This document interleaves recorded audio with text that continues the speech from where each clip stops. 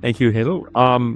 I also, again, wanted to just extend my gratitude for the kind invitation here. Also, this morning, as you know, Dr. Brown, we overlapped on our talks, and I wanted to thank Dr. Brown. He contributed very much to the talk that we're going to go through today, but we're going to focus on some additional aspects of MASH management, which are really quite exciting. So just a program overview here. This was joint medical education by CLDF and the Global NASH Council. The program agenda is here. So we're going to look at non-invasive tests or the NIT algorithm in routine clinical practice to identify patients with MASLD. This is something that we talked a bit about this morning. There are so many people, regardless of what part of GI that you practice in, where you encounter MASLD patients, initial management and some lifestyle modifications. I'll try to give you some just pointers just to help refine your management. And then we'll look at the second step, which is approved therapy. Very exciting. We have them now. And hopefully this is the start of an era where we'll be able to really impact this disease. And then finally, we'll talk a little bit about some of the experimental trials that are available. That's me. Disclosures. There we go. There is the Dr. Yanasi, who is the chair, and then my disclosures as well. Okay, so let's go through the objectives here. So upon completion, you should be able to assess the epidemiologic impact of MASLD, discuss the use of non-invasive tests in MASLD, explain initial treatment with lifestyle modification, and approve medications for cardiometabolic risks. And, the two large ones are obesity and type 2 diabetes. We'll talk about the therapies that are out there and are also interestingly also overlapping with our therapeutic interventions for MASH. And then we'll talk about approved medication and finally about the therapies that are in phase 3 clinical trials and the various mechanisms. And we just had a nice session on inflammatory bowel disease where they had so many different mechanisms. I think for MASLD, you will see similar strategies in that it's going to be combinations of therapies largely that do guide this. Our accreditation statement. Claim your credits. Okay, write your name on your sign-in sheet, complete the pre-test, the post-test, and then return to the conference staff who are all very helpful and standing nearby. And again, any virtual attendees can receive an email link. Educational grant for Magical Pharmaceuticals is appreciated for this, and we'll go ahead and get started. So what's the global prevalence of NAFLD or MASLD over time? This is shown here, and this is just data that's about 2 years old.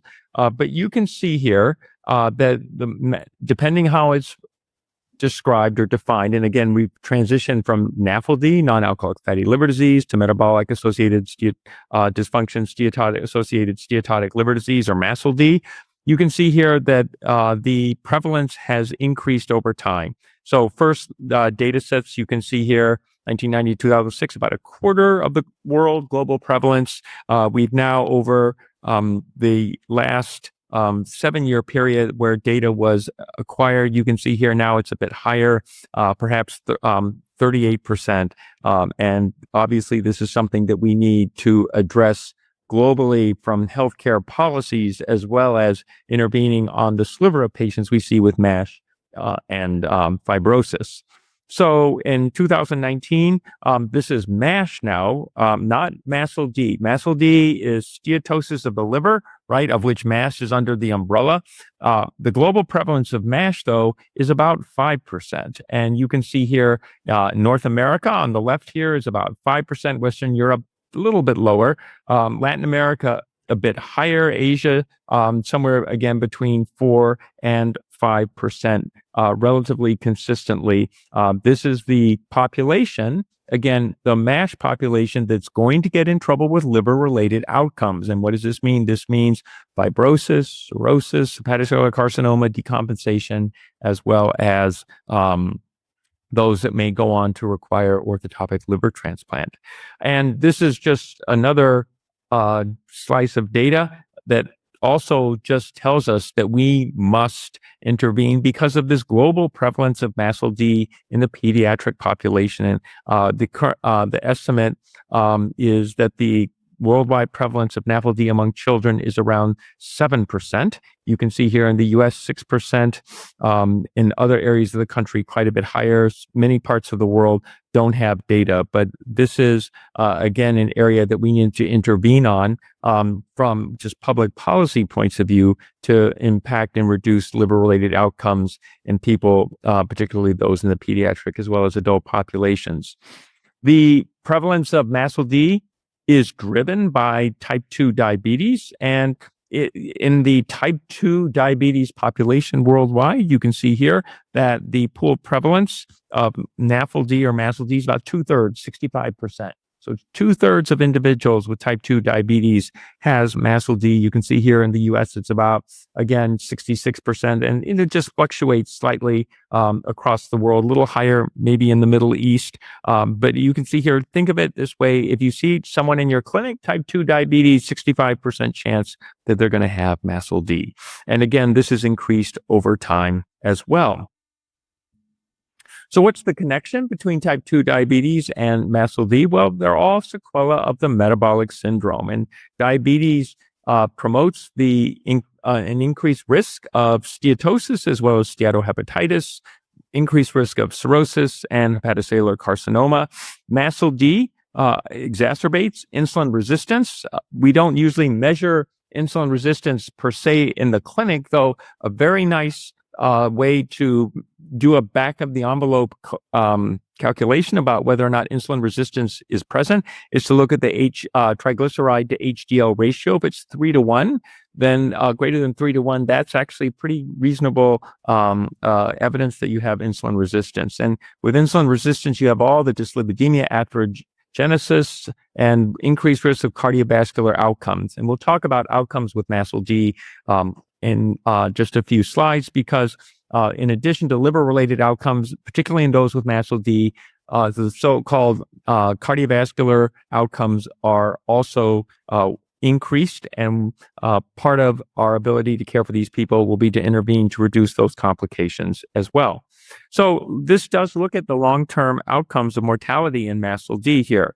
And what you can see here is that if you look at liver-related deaths, extrahepatic cancers, cardiovascular deaths, this accounts for 2/3 of all the deaths among NAFLD. And again, extrahepatic cancer. So all of you know that we have now lowered the screening age for colonoscopy to age 45.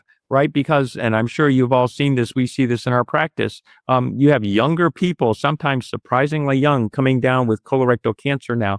And clearly, metabolic syndrome is in some way contributing to this increase in colorectal cancer and other malignancies that we're seeing. You can see here that the death rate from all causes among MASLD, you can see that long-term 74.6 deaths per 1,000 person years. And the more features of risk factors for metabolic syndrome that you have, that is the triglycerides, the blood pressure, the lipids, all of these, the more factors you have associated, the higher your risk of mortality. And this shows here, you can see this Kaplan-Meier here, if you're in the blue with all 4 metabolic syndrome complications, your survival probability over 20 years declines substantially. Now, bringing this back to the liver. So the important thing here is, and this is why we assess fibrosis in our clinics when we see patients with MASLD, because F2 fibrosis, stage 2 fibrosis, by typically your non-invasive tests, we're not doing liver biopsies very much anymore, but stage 2 fibrosis is the inflection point. That is, that once you reach stage 2 fibrosis, your risk of liver-related mortality and all-cause mortality starts to go up substantially. And so we obviously, with MASLD and any level of fibrosis, we make lifestyle recommendations. But when we see stage 2 fibrosis or higher, these are individuals where we are working to try and reduce the risk that you're going to have specifically liver-related mortality or all-cause mortality.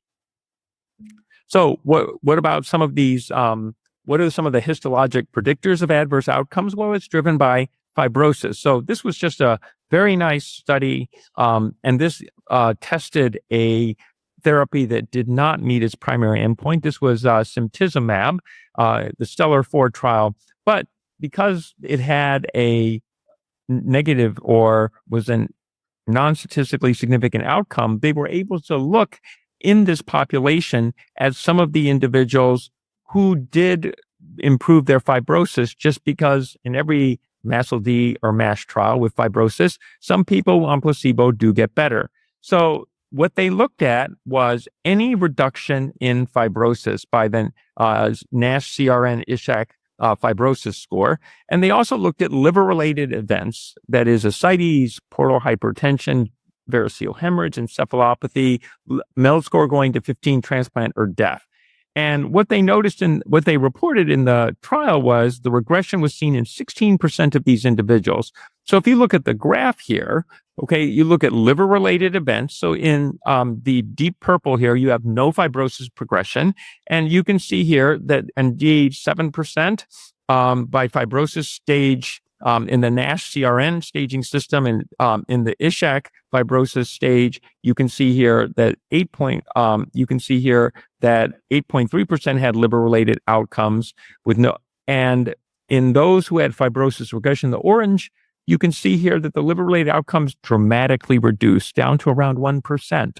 So you can tell patients when you meet them and they have fibrosis, if you get your fibrosis down, liver-related events are going to improve. We also, just for the record, this is seen in the bariatric population as well, and we're going to go over this. And longer-term studies are going on in virtually all of the MASLD therapies, because obviously this is one of the outcomes that allows us to get full approval for these MASLD therapies. But this shows here fibrosis regression, your liver-related outcomes are reduced. Staging and monitoring fibrosis.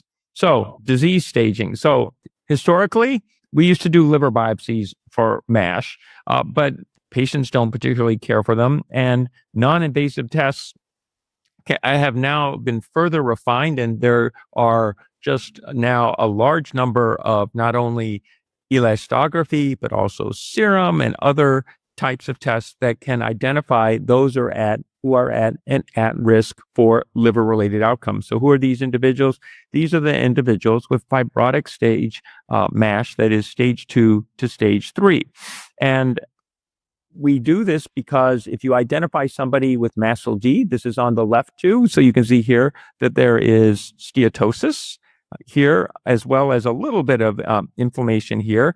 These individuals can work on lifestyle modifications, whereas if you have more fibrosis in the third panel and in the fourth panel on the right, where you have well-established cirrhosis, these individuals need to be identified for liver-focused treatment. So the most common one we use is FIB4, and this has really worked its way into all of the guidelines. FIB4 was a non-invasive test. This was proposed by Richard Sterling many years ago for hepatitis C, and then subsequently HIV hepatitis C infection is a non-invasive test to assess for fibrosis with well-established cutoffs here. So you can do this if you have an EHR. You can just do or have your EHR people just put in a shortcut. We have it .fib4. And so that just automatically calculates the FIB4. And again, 1.3, below 1.3 is associated with a very low risk of advanced fibrosis. Above that is indeterminate. 2.67 actually is predicts quite effectively that a higher or high positive predictive value for having F3, F4. And the formula there, you can see, is just the age times the AST level divided by the platelet count times the square root of the ALT level. But this was now been applied to MASLD, and it works quite well. It's not the only test that we use, but again, based on easily available biochemical markers, that's very, very easy to use in clinic. And patients come to you in clinic, and it allows you to very quickly assess, just by review of their records, the probability that they have liver-related more significantly advanced fibrosis is going to require assessment. Another test that's available and has actually made its way into the practice guidance is the ELF score. This is enhanced liver fibrosis. This is a panel of 3 biomarkers that are involved in collagen homeostasis, and they are hyaluronic acid, and you can see TIMP1 and P3MP. You can see they're here. And this is a test. ELF is a test you send off. It's a blood test. And what it does is it stratifies to predict the risk of liver disease progression in patients with advanced fibrosis due to NASH. And so you can see here there are cutoffs of 7.7, 9.8, and 11.3. And if you are below 7.7, you're at early or no fibrosis risk, moderate risk, 7.7 to 9.8, and greater than 11.3, you have a substantial risk of decompensation. And this was validated against liver biopsies, and they used the Medivir, which is one of the really standard assessments of fibrosis in patients who had MASH with fibrosis. So these non-invasive tests you can use. It's not the only one. Those are 2 tests that you can derive from drawing blood work. You can also use transient elastography in the office. FibroScan is the most common. That's vibration-controlled transient elastography. And this is probably easily the most validated of the elastographic methods that we use here. And it's obtained. Maybe some of you got your elastography measurement today. We get a liver stiffness score here. And you also get now a steatosis score, which is, you can see here, obtained via this continuous attenuation parameter or CAP score. So what it does is the amount of fat in the liver, you bounce the wave, and the degree that the wave gets extinguished actually reflects directly upon the hepatic steatosis. And this correlates, and it's very nice. You can the whole test takes about 5 to 10 minutes. Point of care test. Patients love coming to the clinic and getting an immediate assessment. I'm a big fan that you use, if you can, if you have the FibroScan available, you can use your serologic tests, and you can use your elastography, and you want everything to be pointing in the same direction, right? You don't want discordant requires additional assessment. You want everything pointing in the same direction. And the thresholds you can see here for significant fibrosis are shown here: greater than 8 for F2, greater than 9.7 for F3, and 13.6 for F4. There is also a FAST score, which combines the elastography with the AST level, and anything above 0.35 is someone that requires an assessment, and 0.67 is quite rules in significant fibrosis. Just by way of show of hand, does anybody refer patients for magnetic resonance elastography here? Yeah. It's a little bit harder. It's more expensive, but it's the gold standard. And so MRE is another technique that they use rather than the probe. They just put the probe. They attach it during the MR machine and bounce the sound waves off. And MR elastography is, of our testing that's non-invasive, probably evolving as probably the most accurate. You can see that advanced fibrosis MRE stiffness greater than 3.64 kilopascals. The one very interesting thing, you can see the various stages here. Just remember this. Isn't it interesting? You can see the heat map there. So red and yellow are more advanced fibrosis, and lavender there and blue are less. Notice here, fibrosis in the liver is not uniform, is it? Right? And so those of you who are older, you remember we have sampling errors, right? You do a liver biopsy, you swear they would have no fibrosis, or they have much more, or someone you swore would have cirrhosis, and then it came back much less. What's so interesting that elastography by magnetic resonance imaging has shown is that the fibrosis level isn't uniform. Now, they give you a global score on your MR report, but just notice here that fibrosis is not uniform. It's still a very good test to use. It is expensive, and thankfully the protocols now are shortening the time that you have to be in the MR machine. What about predicting outcomes? So here we have the cumulative incidence of liver events according to 12-month change in FIB-4 score here. And you can see here that if the FIB-4 score increases, then the risk of liver events, these are decompensation events, is higher. If the FIB-4 score reduces, you can see here that over 10 years of follow-up, you still do get liver-related events, but they are attenuated compared to those whose FIB-4 continues to rise. And someone whose FIB-4 continues to rise means the AST would be higher, the platelet count would go down. And so these are very important. You can see here also this gradient here that just shows you, regardless of whether the FIB-4 is high, that is greater than 2.67, whether it's in the indeterminate range, which is 1.3 to 2.67, the decrease is associated with a bit better outcomes. So important, and the FIB-4 again is easy to calculate in the clinic. Here are some elastography cutoffs to predict outcomes as well. And you can see here that if your liver stiffness score here is above 20, that you can see here that your survival estimate over 3 years is significantly down. Just see that this axis just goes from 1 to 0.88, but you have reduced survival. And obviously with lower levels of liver stiffness, you do better.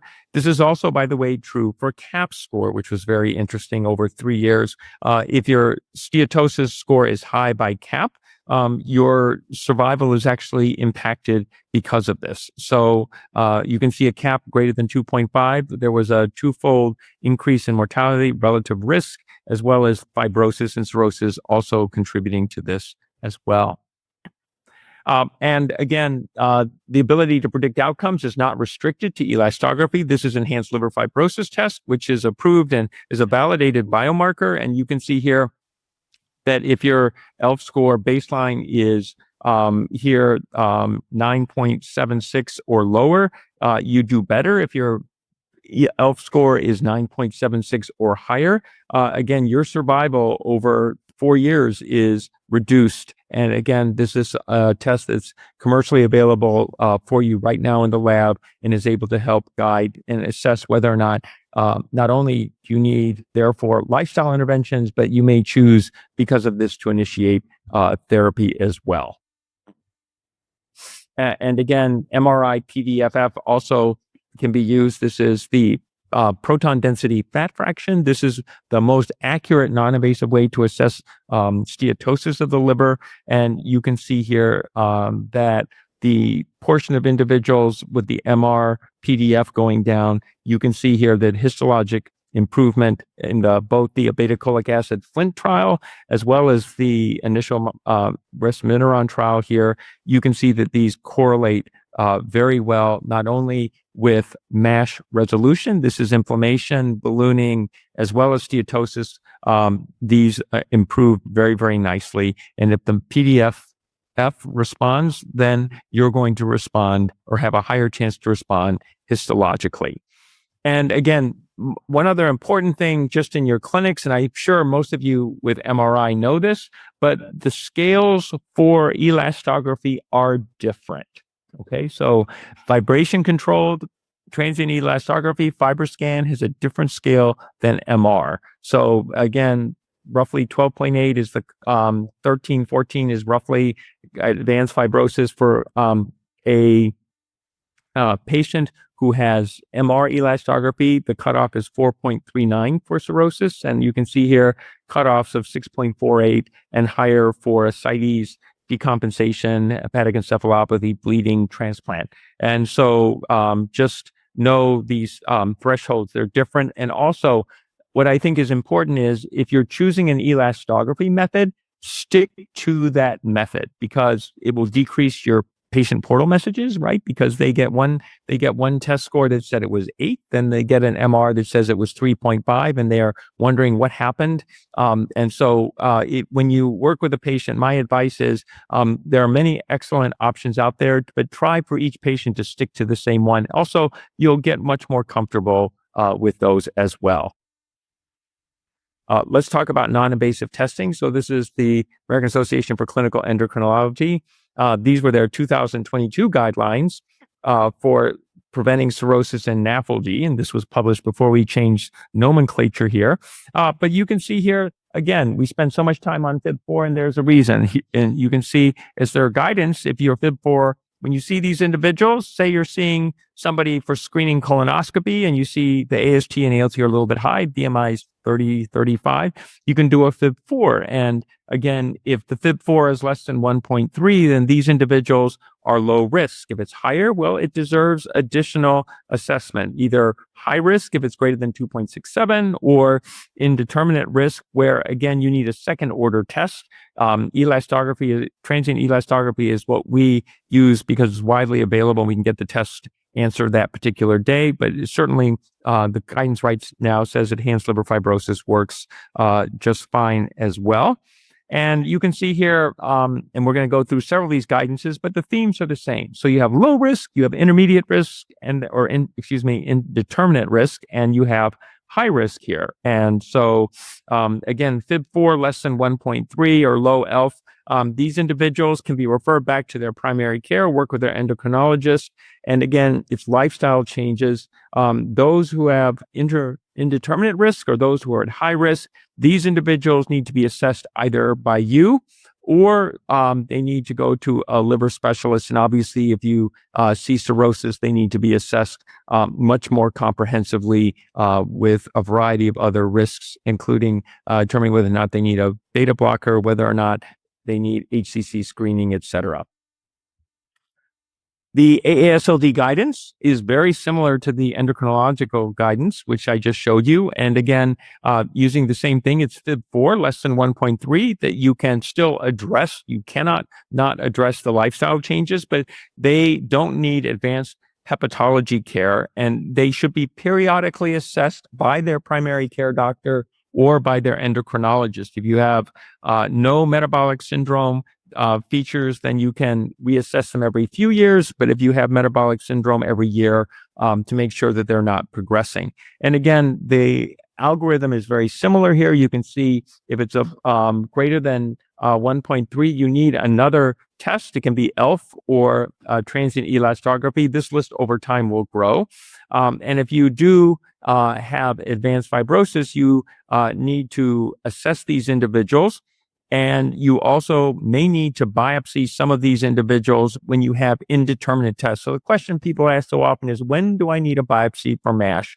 And so Dr. Brown talked about this morning. So when the tests are discordant, right? When you're not sure, you will need to do a biopsy in some instances. When else would you need this? Well, if you have a positive ANA, that's someone that probably is going to need to be ruled out for autoimmune hepatitis, particularly if it's higher, and particularly if the ALT levels are on the higher side.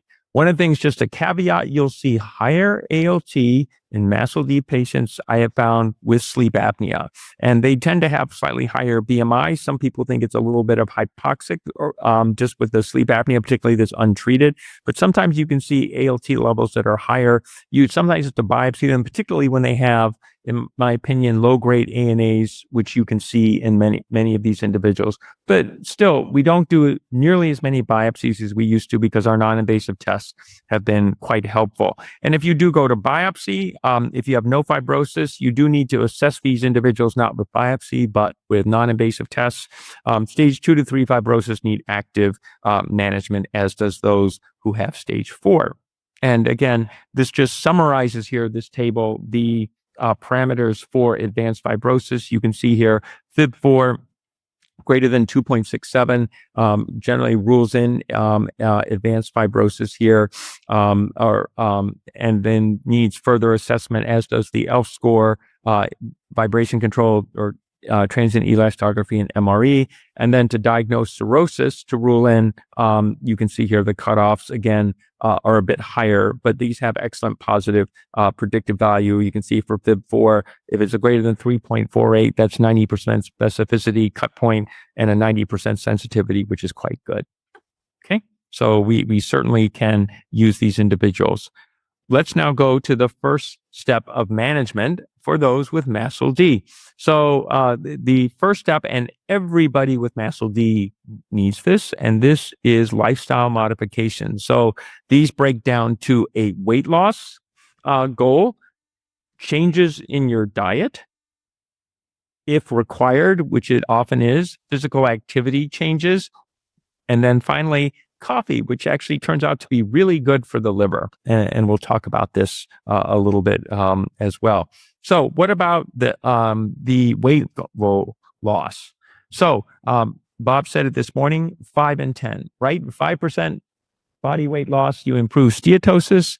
10%, you're going to influence and improve fibrosis, as well as the inflammation, ballooning, and steatosis with MASH that we see. If you steatosis and the other guidance, you get 3 to 5%, but they're all roughly the same. Again, when you sit down and have this conversation with them, I usually try and have a starting point. And I said this during the discussion. I ask everybody I see with MASLD, how much did you weigh when you were 18? Okay, because for almost everybody, 18 is your perfect body weight. I mean, it sort of stinks that it gets worse after that, but at age 18, that's usually as good as anybody is. And then you can sort of get contextualize how much weight they've gained. But happily, when you see these individuals, you set goals with them, and we try and get their weight down. I usually try and they want a time frame. I say usually a year or two to get down 10% of your body weight. And there are a variety of things. Sometimes it's very easy to pick up some bad habits in some individuals. But again, this is a multidisciplinary effort to try and get weight down. And just with lifestyle changes alone, probably 20% of people can achieve long-term meaningful weight loss. The rest, it becomes quite challenging. Diet, we'll talk a little bit about diet. Again, there are certain things that are very easy, low-hanging fruit. As I tell everybody, high fructose corn syrup is evil, right? So if you're drinking lots of sodas with high fructose corn syrup, that's an easy one. Also, ultra-processed foods are not good, and we'll go through some of these. And we'll also talk about the diet, which really has the most data, which is Mediterranean diet, which has been shown to improve a variety of parameters in MASLD. Physical exam, again, all exercise helps. Okay, some people are weightlifters, some people like to go on a treadmill, some people like their Peloton, some people like their elliptical. All of that works. Okay, it doesn't matter. Whatever you do, if you're exercising, this is going to be beneficial. Coffee. The EASL guidelines show they recommend 3 cups of coffee. Doesn't have to be caffeinated. What is it in the coffee? No one's sure. Some people believe it's the oxyphenols, which are beneficial, but both for MASLD, as well as actually, by the way, for alcohol-associated liver disease, coffee mitigates the liver damage, and you have reduced liver outcomes with these individuals. And so we say 3 to 4 cups a day. Actually, some studies have suggested there isn't a limit, but I actually had somebody start drinking 10 cups of coffee a day, so I no longer say that in clinic. So, and because their tremor was just, I felt so badly for them, but their liver tests did get better. So anyway, but coffee is good. Okay. And stay away from the Starbucks, by the way, which I realize some of these frappuccinos are somewhat like a Thanksgiving dinner, 500 calories. So it's drip black coffee if you're going to go down that route. What about the type of diet? Well, this is shown here. So you have the level of evidence here on the left, and you can see here that Mediterranean with reduced carbohydrates has the highest level of evidence. Most of these diets work, though. They work. The key is, can you adhere to them, right? And so we have Mediterranean diet. You have time restricted, or some people call this intermittent fasting. And then some of these other diets, ketogenic, not as much data here. But you should get rid of ultra-processed foods, or what I like to call food-like substances, right? Anything that you have to tear open in a package probably isn't that great for you. And again, these are high fructose corn syrup and saturated fats. Looking at the data for Mediterranean diets and MASLD, they're shown here, and this is a meta-analysis. And you can see here that Mediterranean diet, if you can stick to it, you have improvements in liver stiffness and insulin resistance. And this was HOMA. They really did the insulin clamp, as well as this fatty liver index, which is associated with waist circumference, and a few other indices here, that Mediterranean diet actually helped these individuals. And again, looking at the types of intermittent fasting, there's various ways to do this. You can do every other day. You can do it 5 days, regular 2 days intermittent fasting or fasting, time restricted to just 8 hours a day. You can see here that there are benefits with all of these, and it's safe. And if you can stick to this, you can lose 3 to 8% of body weight over 8 to 12 weeks. But again, more data. And again, with all diets, in my opinion, the challenge is sticking to them. I think that's the greatest challenge that we face in clinic. And you can see here, this was a meta-analysis also of intermittent fasting. You can see liver stiffness and steatosis actually improved. You can do also things beyond just ask them to lose weight, which again, patients sometimes in clinic get frustrated with this. So there are other medicines out there. I don't use these very frequently, although we have had some limited success with naltrexone, bupropion. But you have orlistat, phentermine, and then you do have where we have had quite a bit of success, though getting it reimbursed can be challenging, is the GLP-1s. And there are 3 out there: liraglutide, semaglutide, and tirzepatide. Endoscopic techniques, it won't be part of this conference, but perhaps, Hadel, at a future conference, you can bring this up. No, it's a fascinating area, in my opinion. So you have gastric balloons, which have come and go now for 30 years. I remember there were some of these in the 80s and 90s, and then it went away, and now it's made its way back. Sleeve gastroplasty. And, at our center, we're just getting into duodenal remodeling. So, these are very exciting fields. And then, of course, surgically, we have gastric bypass and sleeve gastroplasty as well. None of these are approved, by the way, for MASH. None approved. But let's look at MASH resolution with bariatric surgery. It's a big, major invasive surgery, but look at these numbers here. Resolution of MASH without worsening of fibrosis. You can see here, depending on the weight loss, you can see here that you had up to 90% response if the BMI fell by more than 10. And you can see here, after surgery, BMI goes down, triglycerides improve, AST, ALT, everything improves. Right? Everything improves with bariatric surgery. It's just a significant intervention. And also you can see here that now these are bariatric surgery versus non-surgical control. You can see that adverse events are also reduced, not only for liver-related outcomes on the left, but also for cardiovascular events on the right. So bariatric surgery is another option for these individuals. What about therapies to optimize cardiometabolic risks? So again, we briefly already mentioned the GLP-1s and semaglutide, liraglutide. There are others out there, dulaglutide, as well as dual agonists. This is tirzepatide. People have looked at, and there are some limited data with SGLT2 inhibitors and paclitaxel. Metformin hasn't really helped so much, but certainly helps with control of diabetes as well.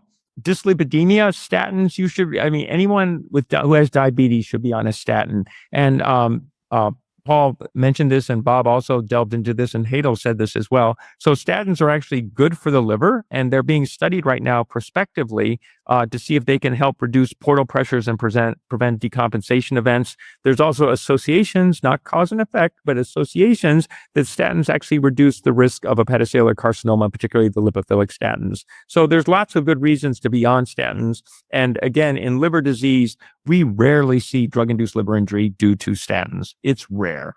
What about obesity? Management, again, GLP-1s are approved now, semaglutide, as well as liraglutide and tirzepatide. And again, the bariatric interventions, these are something in cirrhosis you have to be very, very cautious. Previously, we have had our surgeons willing to go in and do bariatric surgery on some of these individuals, but it's in selected cases. If they have complications, it can be quite substantial. And again, best control of your diabetes is going to be beneficial. Here are your approved drugs here, and you can see here that they all have a role here. Metformin has this very nice extra effect in that it actually reduces the risk of hepatocellular carcinoma in certain populations in cirrhosis, but you can see all of these populations work well. Second step of management, which is approved medication, of which a year ago we had our first approval, which was really quite something. And this was the resmetirom. And so this was a medicine that achieved its histological endpoint here, which was MASH resolution and also fibrosis improvement. So what this meant was that not only did the MASH resolution improve and liver fibrosis did not worsen, but also there was fibrosis improvement with no worsening of the steatohepatitis or MASH. And of course, you could have both outcomes as well. And resmetirom is the first approved drug after just a graveyard of therapies that has come and gone in an effort to try and treat these individuals. And resmetirom met its endpoint. This is a beta thyroid partial agonist. And again, as we learned this morning, you have thyroid hormones in your gland here, but also within the liver. And this was approved for the treatment of MASH or NASH, actually, with moderate to advanced fibrosis. But again, notice in conjunction with diet and exercise. That is, the lifestyle still is part of this. And it's something in our clinics with those with MASLD, we emphasize continuously, which is that MASLD is clearly a disorder that requires a multidisciplinary approach. There is not just going to be medical therapies that are going to address this. So how does resmetirom work? So it stimulates the beta thyroid receptor, which reduces intrahepatic triglycerides. This reduces or inhibits rather lipogenesis and also seems to inhibit TGF beta. What does this do? This reduces fibrosis, and it activates TGF beta or thyroid beta over thyroid alpha as well. And why this is important is you don't get off-target issues with this. So here's the phase 3 trial that led to the approval of resmetirom. And this is here, phase 3 trial, controlled trial with resmetirom in NASH with fibrosis, 2 arms, 100 milligram dose, 80 milligram dose were assessed compared to placebo. And again, these were individuals who had at-risk NASH, that is stage 1B was a subset, as well as smaller subset than stage 2, stage 3, as well as then treatment out to 52 weeks where there was a liver biopsy. The primary endpoints we've gone over: NASH resolution, including a reduction in NAS score. This is the MASLD activity score. Again, ballooning inflammation, steatosis it had to reduce by 2 points, or there was reduction in fibrosis by 1 stage with no worsening of the NAS score. So whatever your NAS score was, it could not increase. So if you can see here, the groups were evenly matched between stage 2, and so rather the groups were distributed here. F1B was 5%, F2 33%, F3 was 61.9%. Not surprisingly, just like all MASLD populations, 2/3 diabetic, lots of metabolic syndrome here, and GLP-1 receptor use 14%. And here are the primary outcomes at the 52 weeks. And you can see here that you had 80 milligrams in lavender, and then in dark purple, you have the resmetirom 100 milligram results shown here. And you can see here NASH resolution 25.9 and 29.9. So this was a delta of about 15 and about 20 over the placebo here. And then for fibrosis, the deltas were 10% and just under 12% for fibrosis improvement compared again to placebo. And happily, again, just showing target engagement, we said that it improves lipid parameters. Indeed, it did. LDL cholesterol reduced as well. So this was the first therapy that met both primary endpoints. The safety summary, we talked about this a little bit this morning. So there are some GI effects, I think, primarily when you start this in the first week or so. We see some GI symptoms. And what I found is that they do get a little bit of diarrhea with this and nausea, but this generally subsides after the first 4 weeks. You can see everything else. It's a well-tolerated therapy in general. And these individuals, again, you need to bring them back and assess them. We generally, after starting resmetirom, we bring them back 3 months to 6 months later, depending with F3 fibrosis. We like to see how they're doing at 3 months. You do need to make sure they don't have other liver diseases, just like we discussed, and it's not approved yet in cirrhosis. That trial is ongoing. What's the dosing? 80 milligrams for less than 100 kilograms, 100 milligrams if you're above 100 kilograms. So this is very straightforward to remember. There are a few interactions with statins, the CYP450 pathway. So you do need to look for those depending on your statin. But these in general are easily managed, and we've really not had any challenges finding a statin regimen for these individuals who start resmetirom. The AASLD supplemented their practice guidance with a recommendation on selection of patients for resmetirom. So again, MASLD. And again, who doesn't get resmetirom right now? People with cirrhosis or decompensation. And again, we talked a little bit about MetALD. These are individuals who are drinking alcohol with MASLD. If you have excess alcohol use, best to address that initially and then come back and assess for resmetirom therapy. And if you have active untreated thyroid disease, you should also hold off or defer resmetirom therapy. However, using all of the non-invasive tests that we have discussed. So if your FibroScan liver stiffness is 8 to 15 kilopascals or MRE 3.1 to 4.4, you can start. If you've done a biopsy stage 2 to 3 fibrosis, you can start.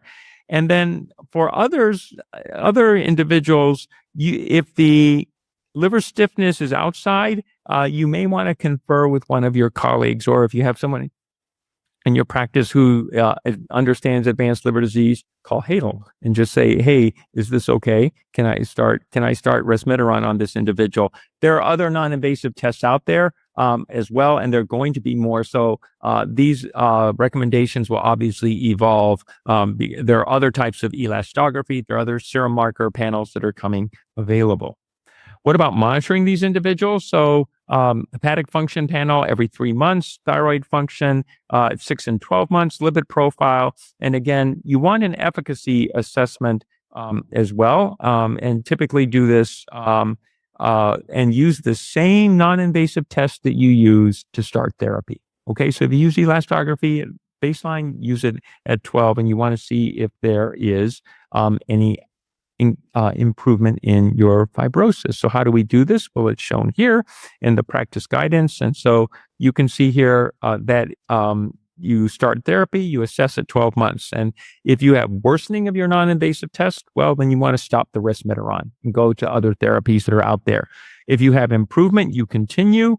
If you have a minor reduction, that is liver stiffness is less than 25% reduced, or MRE less than 20%, ALT doesn't change, or less than 30% reduction in the fat fraction on your elastography MR, if you're ordering this, then you should reevaluate strategy there. I might say continue resmetirom, but if you don't have a GLP-1 on, this would be a time if they have type 2 diabetes or the BMI is high, where you would want to introduce that.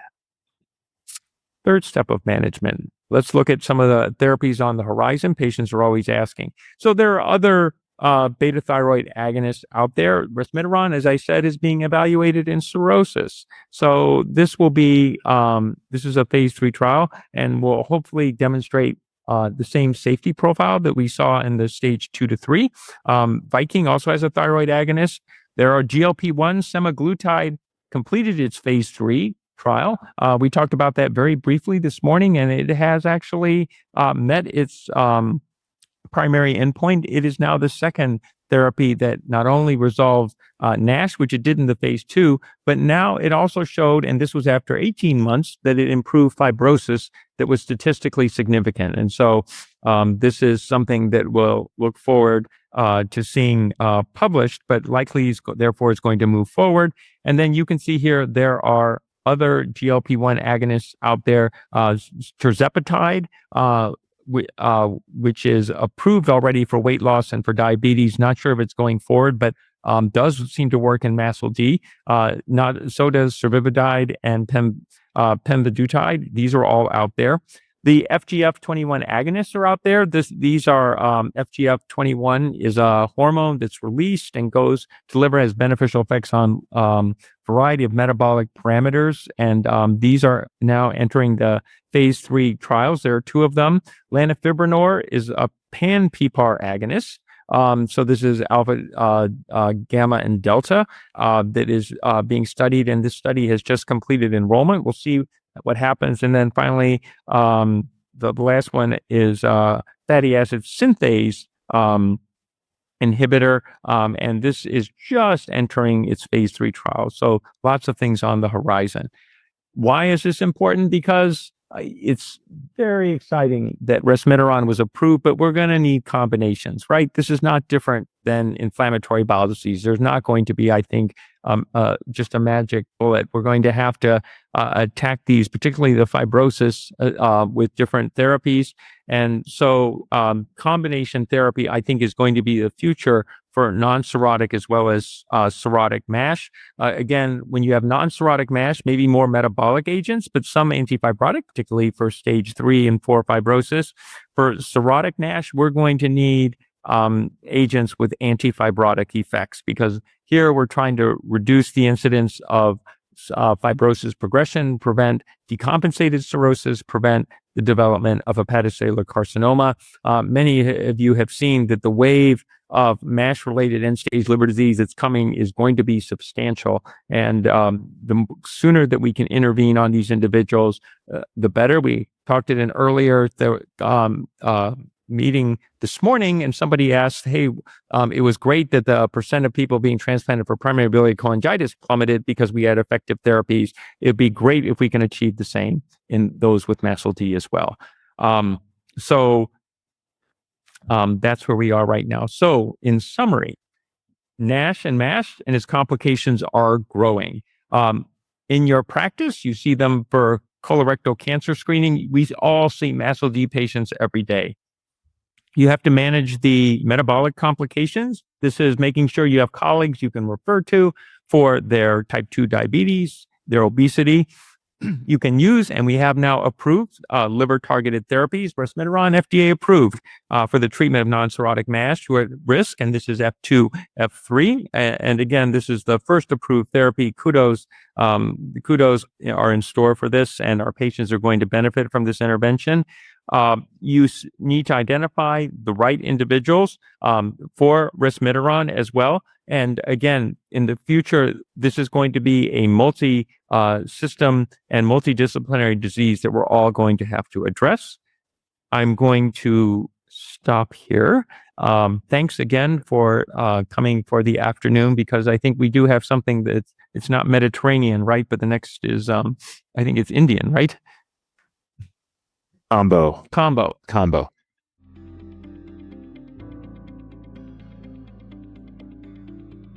Feel free to come to the mics if you have any questions. Okay, what is LSM? My apology. I must have spoken too quickly. LSM is liver stiffness measurement. So this is the elastography, measures how stiff the liver is. So does MR elastography. Transient elastography measures stiffness as a surrogate for fibrosis.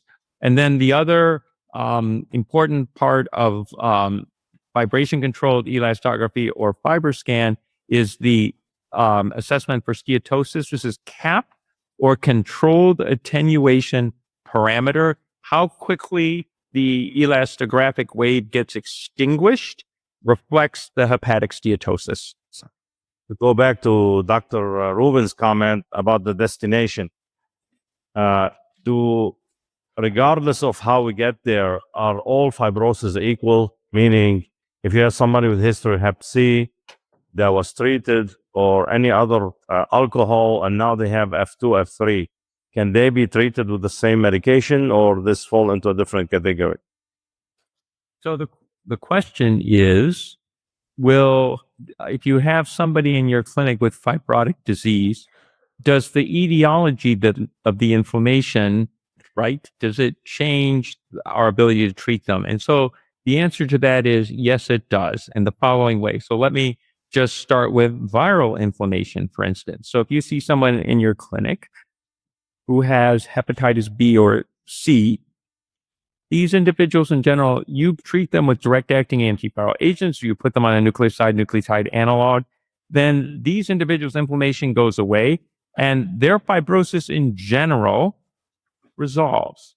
unless, of course, they have another liver disease. Same thing is true for alcohol-associated liver disease. Not all, but many of these individuals have just alcohol-associated liver disease. And when they stop drinking, the injury, the inflammation, the ballooning improves and the fibrosis improves.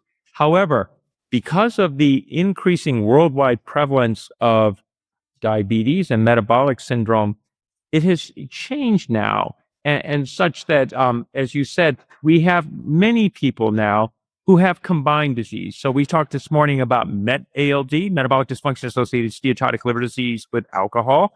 But for instance, we see people who have hepatitis B.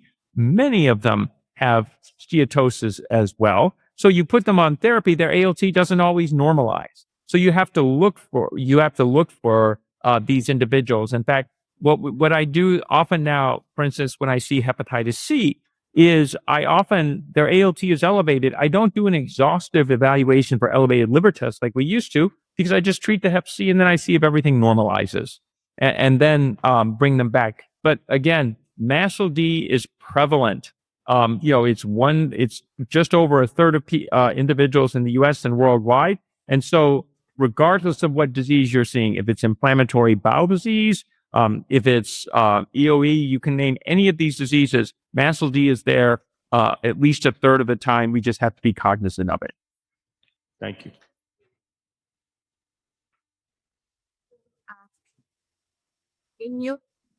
Hi, thank you for a great talk. In your practice, have you reached a point where, as a gastroenterologist, liver specialist, you are prescribing the GLPs?